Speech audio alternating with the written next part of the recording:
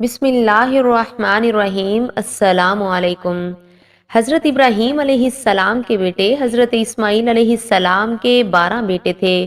ان کی نسل اس قدر پیدا ہوئی کہ مکہ مکرمہ میں نہ سما سکی اور پورے حجاز میں پھیل گئی۔ ان کے ایک بیٹے کیدار کی اولاد میں عدنان ہوئے۔ عدنان کے بیٹے ماد اور پوتے کا نام نزار تھا۔ نزار کے 4 بیٹے تھے، ان میں سے ایک کا نام مزر تھا۔ مزر کی نسل سے قریش بن مالک پیدا ہوئے، یہ فہر بن مالک بھی کہلائے۔ قریش کی اولاد بہت ہوئی، ان کی اولاد مختلف قبیلوں میں بٹ گئی۔ ان کی اولاد سے قصی نے اقتدار حاصل کی۔ قصی کے آگے 3 بیٹے ہوئے، ان میں سے ایک عبد المناف تھے، جن کی اگلی نسل میں ہاشم پیدا ہوئے۔ ہاشم نے مدینہ کے ایک سردار کی لڑکی سے شادی کی، ان کے یہاں ایک لڑکا پیدا ہوا، اس کا نام شیبہ رکھا گیا۔ یہ پیدا ہی ہوا تھا کہ ہاشم کا انتقال ہو گیا۔ ان کے بھائی مطلب مکہ کے حاکم ہوئے۔ ہاشم کا بیٹا مدینہ منورہ میں پرورش پاتا رہا۔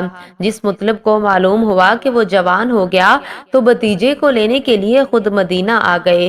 اسے لے کر مکہ مکرمہ پہنچے تو لوگوں نے خیال کیا کہ نوجوان ان کا غلام ہے۔ مطلب نے لوگوں کو بتایا یہ ہاشم کا بیٹا اور میرا بھتیجا ہے۔ اس کے باوجود لوگوں نے اسے مطلب کا غلام ہی کہنا شروع کر دیا۔ اسی طرح شیبہ کو عبد المطلب کہا جانے لگا۔ انہیں عبد المطلب کے یہاں ابو طالب، حمزہ، عباس، عبداللہ، ابو لہب، حارث، زبیر، زرار اور عبد الرحمن پیدا ہوئے۔ ان کے بیٹے عبداللہ سے ہمارے نبی حضرت محمد صلی اللہ علیہ وسلم پیدا ہوئے۔ عبد المطلب کے تمام بیٹوں میں حضرت عبداللہ سب سے زیادہ خوبصورت اور سب سے زیادہ پاک دامن تھے۔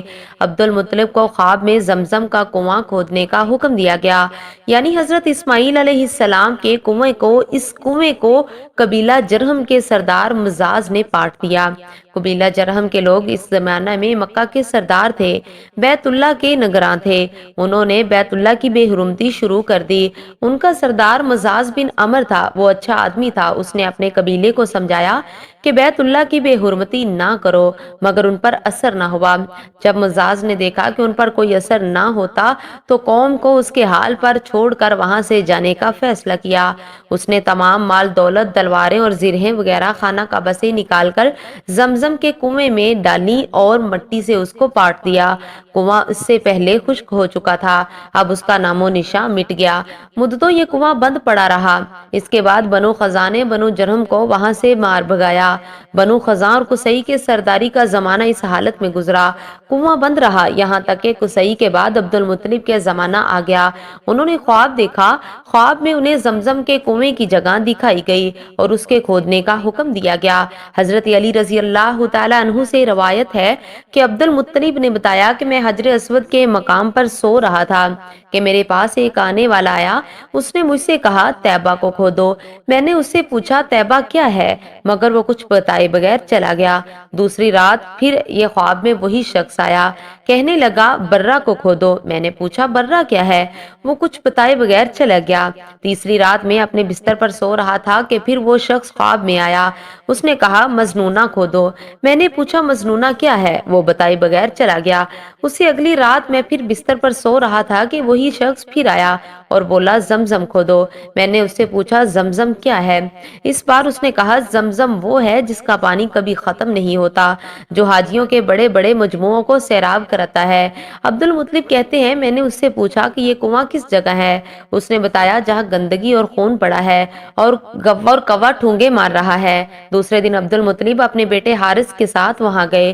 اس وقت ان کے یہاں یہی ایک لڑکا تھا۔ انہوں نے دیکھا ہاں گندگی اور خون پڑا تھا اور ایک کوا ٹھونگے مار رہا تھا، اس جگہ کی طرف موجود تھے۔ یہ گندگی اور خون دراصل ان بتوں پر قربان کیے جانے والے جانوروں کا تھا۔ پوری نشانی مل گئی تو عبد المطلب کدال لے کر آئے اور کھدائی کے لیے تیار ہو گئے، لیکن وہاں پہنچے انہوں نے کہا اللہ کی قسم ہم تمہیں یہاں کھدائی نہیں کرنے دیں گے، تم ہمارے ان دونوں بتوں کے درمیان کنواں کھودنا چاہتے ہو جہاں ہم ان کے لیے قربانیاں کرتے ہیں۔ عبد المطلب نے ان کی بات سن کر اپنے بیٹے حارث سے کہا تم ان لوگوں کو میرے قریب نہ آنے دو، میں کھدائی کا کام کرتا ہوں، اس لیے کہ مجھے جس کام کا حکم دیا گیا ہے میں اس کو ضرور پورا کروں گا۔ قریش نے جب دیکھا کہ وہ باز آنے والے نہیں تو رک گئے، آخر انہوں نے کھدائی شروع کر دی۔ جلد ہی کنویں کے آثار نظر نظر آنے لگے۔ یہ دیکھ کر انہوں نے اللہ اکبر کا نعرہ لگایا اور پکار اٹھے، دیکھو یہ اسماعیل علیہ السلام کی تعمیر ہے۔ جب قریش نے یہ دیکھا کہ انہوں نے کنواں تلاش کر لیا تو ان کے پاس آ گئے اور کہنے لگے، عبد المطلب، اللہ کی قسم یہ ہمارے باپ اسماعیل علیہ السلام کا کنواں ہے اور اس پر ہمارا بھی حق ہے، اس لیے ہم اس میں تمہارے شریک ہوں گے۔ یہ سن کر عبد المطلب نے کہا، میں تمہیں اس میں شریک نہیں کر سکتا، یہ مجھ اکیلے کا کام ہے۔ اس پر قریش نے کہا، تب پھر اس معاملے میں ہم تم سے جھگڑا کریں گے۔ عبد المطلب بولے، کسی سے فیصلہ کروا لو۔ انہوں نے بنو سعد بن حزیم کی کاہنہ سے فیصلہ کرانا شروع کیا۔ شام کے بلائی علاقے میں رہتی تھی۔ آخر عبد المطلب اور دوسرے قریش اس کی طرف روانہ ہوئے۔ عبد المطلب کے ساتھ عبد مناف کے لوگوں کی ایک جماعت تھی، جبکہ دیگر قبائل قریش بھی ایک جماعت ساتھ تھی۔ اس زمانہ میں ملک کے درمیان ایک بیابان میدان تھا، وہاں کہیں پانی نہیں تھا۔ اس میدان میں ان کا پانی ختم ہو گیا۔ سب لوگ پیاس سے بے حال ہو گئے، یہاں تک کہ انہیں اپنی موت کا یقین ہو گیا۔ انہوں نے قریش کے دوسرے لوگوں سے پانی مانگا، لیکن انہوں نے پانی دینے سے انکار کر دیا۔ اب انہوں نے ادھر ادھر پانی تلاش کرنے کا ارادہ کیا۔ عبد المطلب اٹھ کر اپنی سواری کے پاس آئے، جو ہی ان کی سواری اٹھی ان کے پاؤں کے نیچے سے پانی کا چشمہ ابل پڑا۔ انہوں نے دیکھ کر اللہ اکبر کا نعرہ لگایا، پھر عبد المطلب سواری سے اتر آئے۔ سب نے خوب سیر ہو کر پانی پیا اور اپنے مشکیزے بھر لیے۔ اب انہوں نے قریش کی دوسری جماعت سے کہا، آؤ تم بھی سیر ہو کر پانی پی لو۔ اب بھی وہ آگے آئے اور خوب پانی پیا۔ پانی پینے کے بعد وہ بولے، اللہ کی قسم اے عبد المطلب، یہ تو تمہارے حق میں فیصلہ ہو گیا، اب ہم زمزم کے بارے میں کبھی تم سے جھگڑا نہیں کریں گے۔ جس ذات نے تمہیں اس بیابان میں سیراب کر دیا، وہی ذات تمہیں زمزم سے بھی سیراب کرے گی، اس لیے یہیں سے واپس چلے آؤ۔ اس طرح قریش نے جان لیا کہ اللہ تعالیٰ عبد المطلب پر مہربان ہے، لہٰذا ان سے جھگڑا بے سود ہے اور کاہنہ کے پاس جانے کا کوئی فائدہ نہیں۔ چنانچہ سب لوگ واپس لوٹے۔ واپس آ کر عبد المطلب نے پھر کنویں کی کھدائی شروع کی۔ ابھی تھوڑی سی کھدائی ہو گئی کہ مال دولت، تلواریں اور زرہیں نکل آئی، اس میں سونا اور چاندی وغیرہ بھی تھے۔ یہ مال و دولت دیکھ کر قریش کے لوگوں کو لالچ نے آ گھیرا۔ انہوں نے عبد المطلب سے کہا، عبد المطلب اس میں ہمارا بھی حصہ ہے۔ ان کی بات سن کر عبد المطلب نے کہا، نہیں، اس میں تمہارا کوئی حصہ نہیں، تمہیں انصاف کا طریقہ اختیار کرنا چاہیے۔ آئیں 500 کی تیروں سے قرعہ ڈالیں۔ انہوں نے ایسا کرنا منظور کر لیا۔ 2 تیر کعبے کے نام سے رکھے گئے، 2 عبد المطلب کے اور 2 قریش کے، باقی لوگوں کے۔ پانسا پھینکا گیا تو مال اور دولت کعبہ کے نام نکلا، تلواریں اور زرہیں عبد المطلب کے نام، اور قریشیوں کے نام کے جو تیر تھے وہ کسی چیز پر نہ نکلے۔